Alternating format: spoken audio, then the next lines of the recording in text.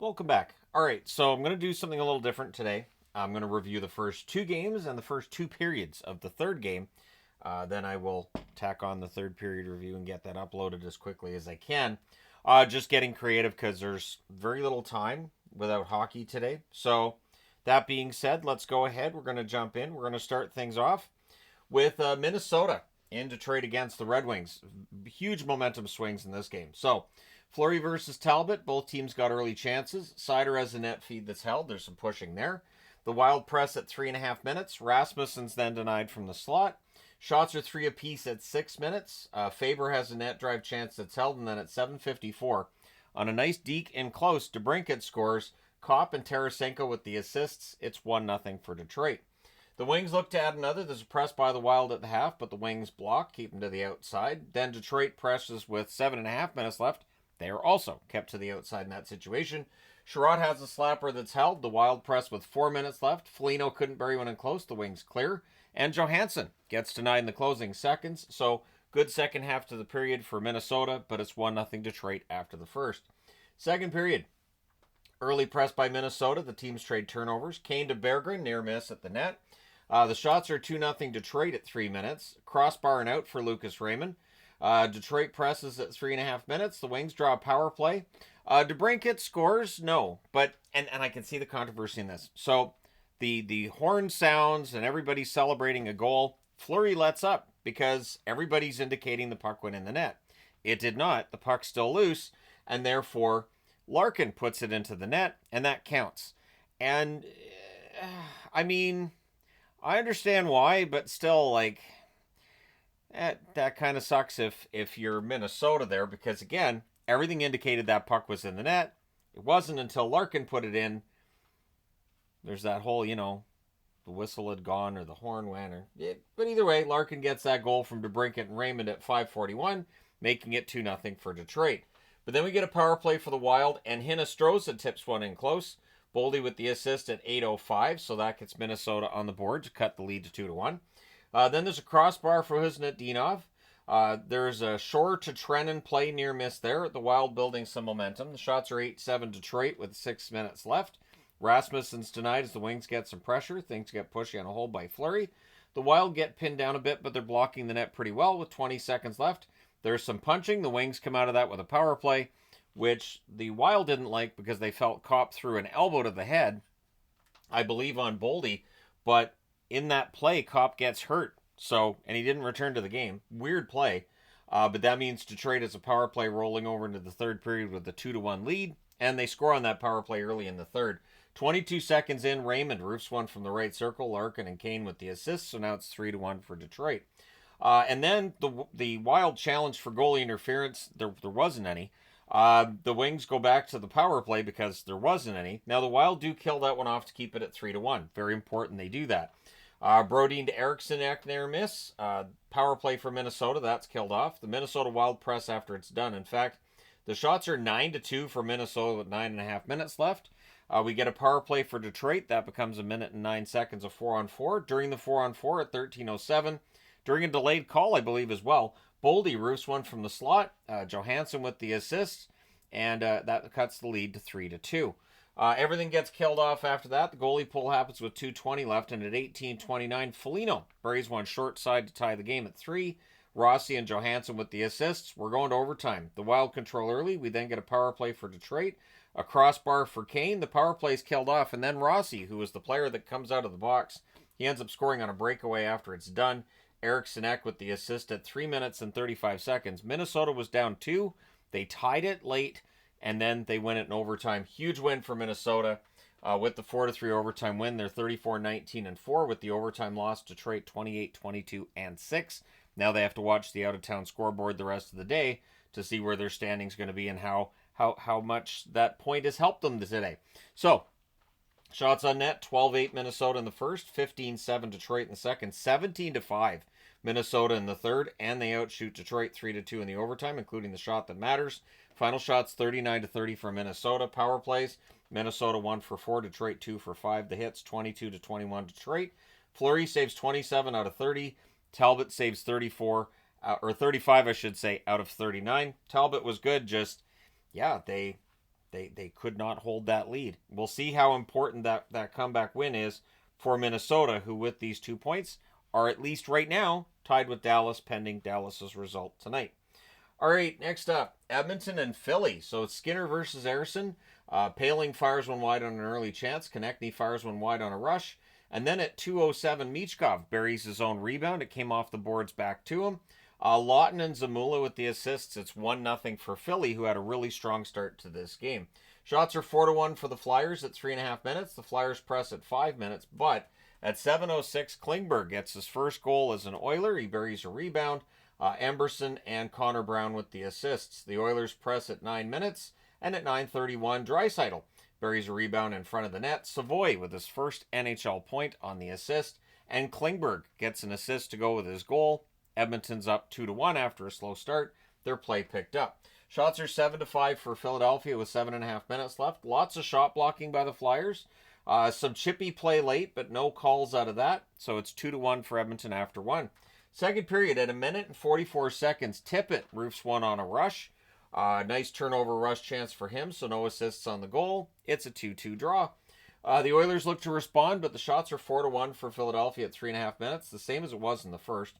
Cates has a net drive chance that's blocked, and then at 7:13, on a turnover, Couturier buries one in close. Michkov with the assist.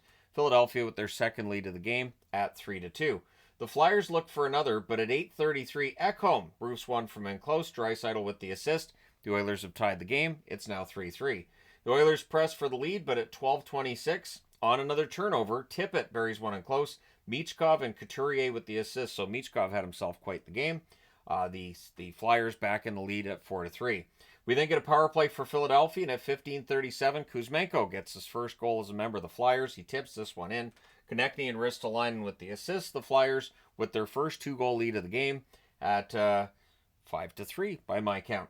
Flyers press to close it out. They're up 5-3 going into the third. Very important period of hockey for the Oilers, but while they had an early press in that third period, we then get a shoulder save on Sanheim on a rush. We get a power play for the Flyers. That's killed off.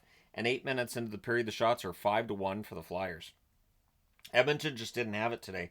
Ristolainen has a net drive. That's defended. The Oilers draw a power play. That leads to a shorthanded 2-0. Konechny's opportunity is denied, but that 2-0 helps to finish the kill. Goalie pull happens with 4 minutes left, and at 17:01, Ristolainen hits the empty net from Couturier. The Philadelphia Flyers with a big win, 6-3 over the Edmonton Oilers. They go to 25-26-7 with the win. The Oilers 34-18-4 with the loss. Vegas can jump into first place in the division with a win tonight against Vancouver. Shots on net, 9-8 Philly in the first, 13-7 Philly in the second, 10-3 Philly in the third. They controlled this game. They outshot Edmonton 32-18. Power plays, Edmonton had one. They did not score on it. Philadelphia was 1 for 2. The hits, 18 apiece. Skinner, 26 saves on 31 shots. Ersson, 15 saves on 18 shots. All right, and final game to talk about, and not done yet, but Washington. Philadelphia played a split squad.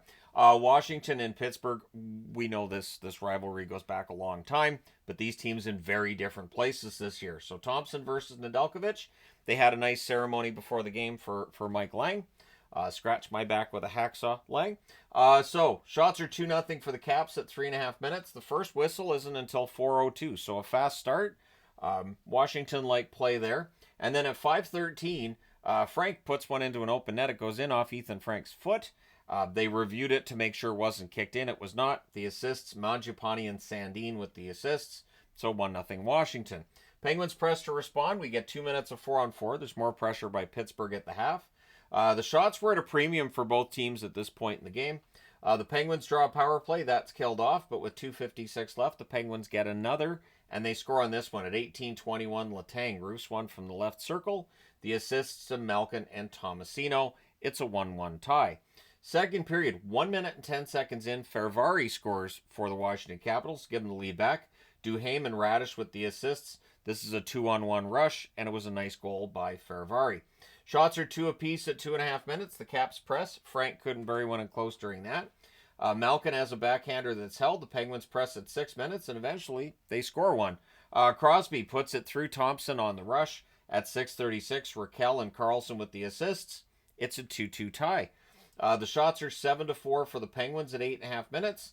Hayes has a net drive chance that's held, and then the momentum just switches. Chychrun gets his 15th of the season at 10:38 from Dubois and McMichael to tie it at 3. The Penguins press, but they're kept to the outside. The Caps then press with 7 minutes left, and at 14:17, they just wear down that Pittsburgh defense. Chychrun puts one past the screen and off the post and in. Dubois and Van Riemsdyk with the assists, and then before you can even get that goal announced, 8 seconds later, Protas at 14:25 puts one in from Sandin and Carlson. That ends the night, or afternoon, I guess, for Nedeljkovic. Blomqvist goes in, and then at 18:05, Wilson deflects in a point shot to welcome Blomqvist to the game. Ferravari and Roy with the assists. It's 6-2 for the Caps after 2. I guess the only question is this going to have a no mercy magnet? Are we getting an 80s magnet because there's 8 goals already? We shall see. Defense is usually a little bit slower to catch up after breaks and that kind of thing. So don't be surprised when there's a bunch of goals in the other 11 games tonight as well. All right, I'm going to go ahead and pause this, watch the third period, and then I'll finish this up when that is done. Now I'll talk about the third period. It turns out, yes, to the magnets that would be necessary, the answer was yes. So early jump for the Penguins in the third period, down 6-2, so that's necessary. Pressure by Pittsburgh at a minute and a half. The Caps draw a power play. Then a double minor during said power play gives them a minute and 27 seconds of 5-on-3. It feels like that should be too much.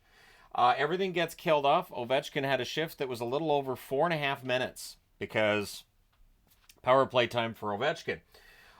So the Caps press at 8.5 minutes. The shots are 9-6 for Washington with 8 minutes left. The Caps go back to the power play. Ovechkin jumps right back on the ice, but it's Strome wiring one from the right circle. Radish and Dubois with the assists at 13:11. It is 7-2 at that point for Washington. Pittsburgh gets it back.